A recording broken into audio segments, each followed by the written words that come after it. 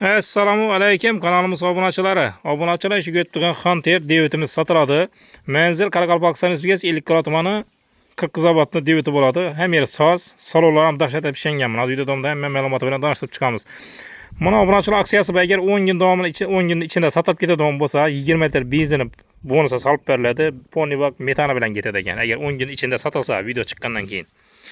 Yilona keladigan bo'lsak, 1996-yil. Bolalarning holatini. Buna Eldor yo'llar ishlab turibman, ya tortadi. Eldor ham yer ishlab turibdi, mashina 100% tayyor holatda turgan mashina bu. Kanalda do'stlar yangi obuna bo'lamiz, bir like bosib qo'shishni unutmaymiz. Shunday tayyor Hunter devit olaman deb turgan do'stlarga videoni tashlab qo'yamiz.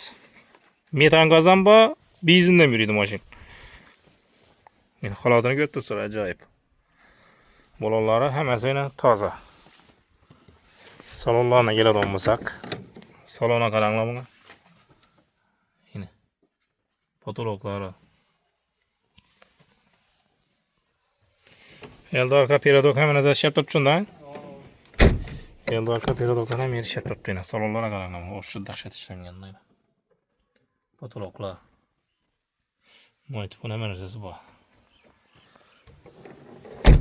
Arka tarafdan bolalarni toza. Metani bor. 100lik metan. 100lik metan ham bor. Dokumentalni mi? Dokumentalni 100lik metallar ham bor. Buni ko'rib holatini. Buni bir yoqib ko'rsadik. Bir yoqib ekan motorlarni.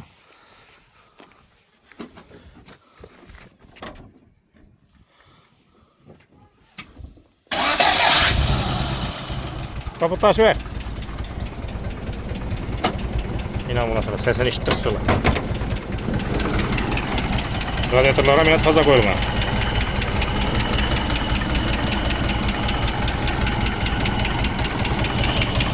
Evet. Bol ölçüre ver. İnşallah bunu açılan şu devletine. Bunu bakasına geleden bulsak. Gördüğünüz motor içerisinde rasot yok, tayyor. Alıp tutup ketaverdim. İşe çıkıp. Bakasına geleden bulsak 46 milyon son pul aytıp tuttuğunda 46 milyondan kayıtıp gelişip belirli üstünde. Varyantlarına geleden bulsak varyantları Spark, Nexia 2, Cobalt boleden bulsak Barter'e gitedi. Yetmeyen pulun üstünü belirledi eken. Gelişsenler boldu gideveredi. Ekranda nömrelerini kaldıramın olsa benim o yüzden gelip sorular açıp olaverse. Keyin videoda görüşünce sağ olun, selamat olun.